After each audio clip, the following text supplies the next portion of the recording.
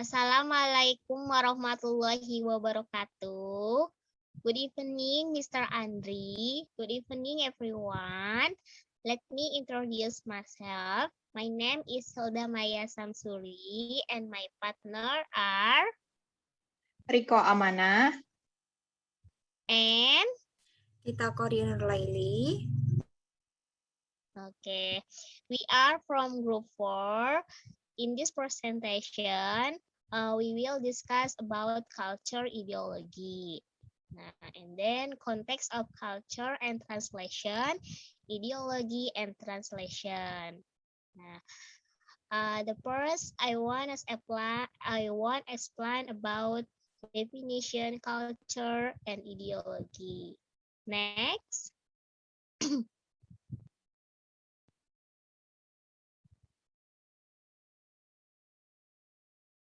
Okay, culture comes from the Latin word cultura, which means cultivate.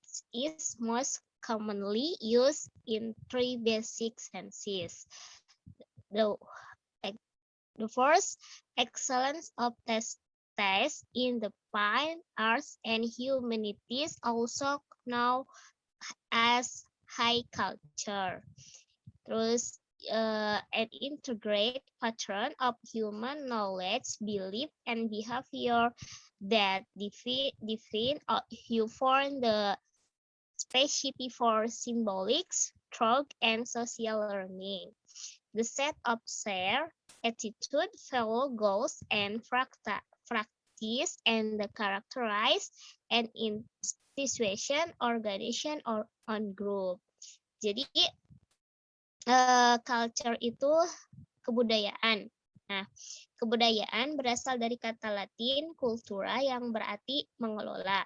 Nah, di sini ada 3 pengertian ya. Yang pertama itu keunggulan rasa dalam seni rupa dan humaniora. Terus yang kedua itu juga dikenal sebagai paduan budaya. Nah, kebudayaan yang tinggi dari pengetahuan, keyakinan, perilaku manusia yang bergantung pada kapasitas pemikiran simbolik dan pembelajaran sosial. Dan yang poin ketiga itu kumpulan etika, nilai, tujuan, dan praktik bersama yang menjadi ciri lembaga, organisasi, atau kelompok dalam suatu masyarakat. Dan yang kedua itu ideologi. Ideology is a set of beliefs that influence our perspective on the things around us. These are very closely held beliefs and might have been instilled in us consciously or unconsciously. Jadi ideologi itu sekumpulan keyakinan ya di mana bisa mempengaruhi terhadap pola pikir kita terhadap hal-hal yang ada di sekitar kita. Oke, next akan dijelaskan oleh Riko Amanah. Thank you.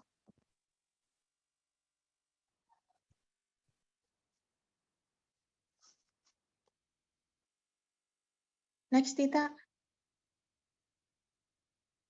Oke, di sini saya akan menjelaskan poin yang kedua, yaitu context of culture and translation. Nah, di sini yaitu konteks budaya dan terjemahan ya. Implikasi budaya itu untuk terjemahan dapat mengambil beberapa bentuk, mulai dari konten leksikal dan sintaksis, hingga ideologi dan cara hidup dalam budaya tertentu. Nah, penerjemah juga harus memutuskan pentingnya aspek budaya tertentu dan sejauh mana perlu atau diinginkan untuk menerjemahkannya ke dalam bahasa target.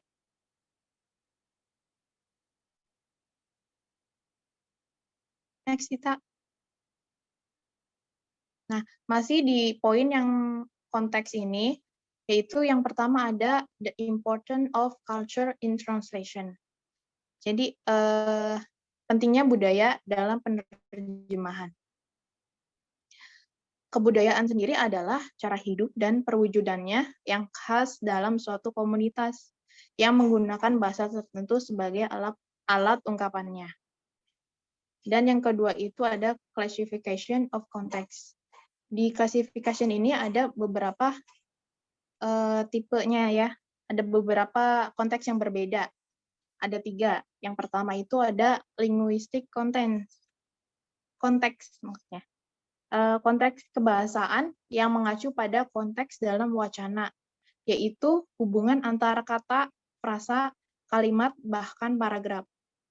Dan untuk yang kedua ini ada situational context, yaitu konteks situasional atau konteks situasi yang mengacu pada lingkungan, waktu, tempat, dan lain-lain. Dan untuk yang terakhir ini, yang ketiga, cultural context, yaitu konteks budaya yang mengacu pada budaya, ada adat istiadat dan latar belakang, zaman dalam komunitas bahasa di mana penuturnya beradaptasi. Untuk selanjutnya akan dijelaskan oleh Tita. Saya lanjutkan di sini mengenai ideologi and translation. Ideologi dan di sini ideologi itu memiliki peran penting dalam memainkan peranan dalam praktek penerjemahan. Nah, proses penerjemahan biasanya dimanipulasi oleh ideologi yang mencakup ideologi individu penerjemah dan ideologi yang dominan dari masyarakat. Banyak juga pakar yang telah menandaskan bahwa gerakan badan ideologi sudah sangat tua atau sejarahnya hampir sama seperti sejarah penerjemahan itu sendiri. Itu menurut Fawcett.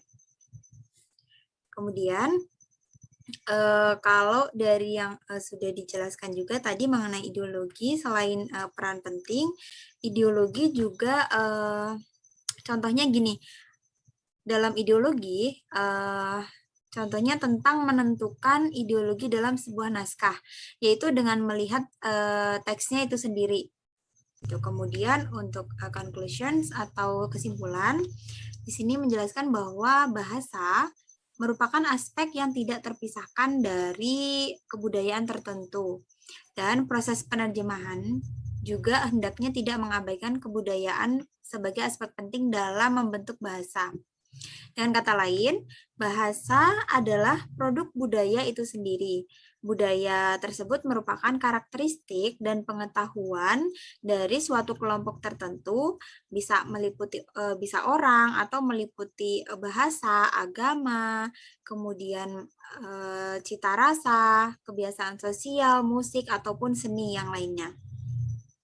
Ideologi merupakan serangkaian kepercayaan atau filsafat yang dianut oleh seseorang atau oleh sekelompok orang yang khususnya itu karena alasan-alasan yang bukan bersifat epistemis belaka, yang di dalamnya yaitu menganut unsur-unsur praktis yang sama terunggulnya dengan unsur-unsur teoritis. Seperti itu. Terima kasih. Oke, mungkin cukup sekian dari kelompok kami. Kurang lebihnya kami mohon maaf. Terima kasih atas perhatiannya. Jika ada pertanyaan, silakan diketik saja pertanyaannya di aplikasi. Ya, sekian dari kelompok kami. Akhir kalam. Wassalamualaikum warahmatullahi wabarakatuh.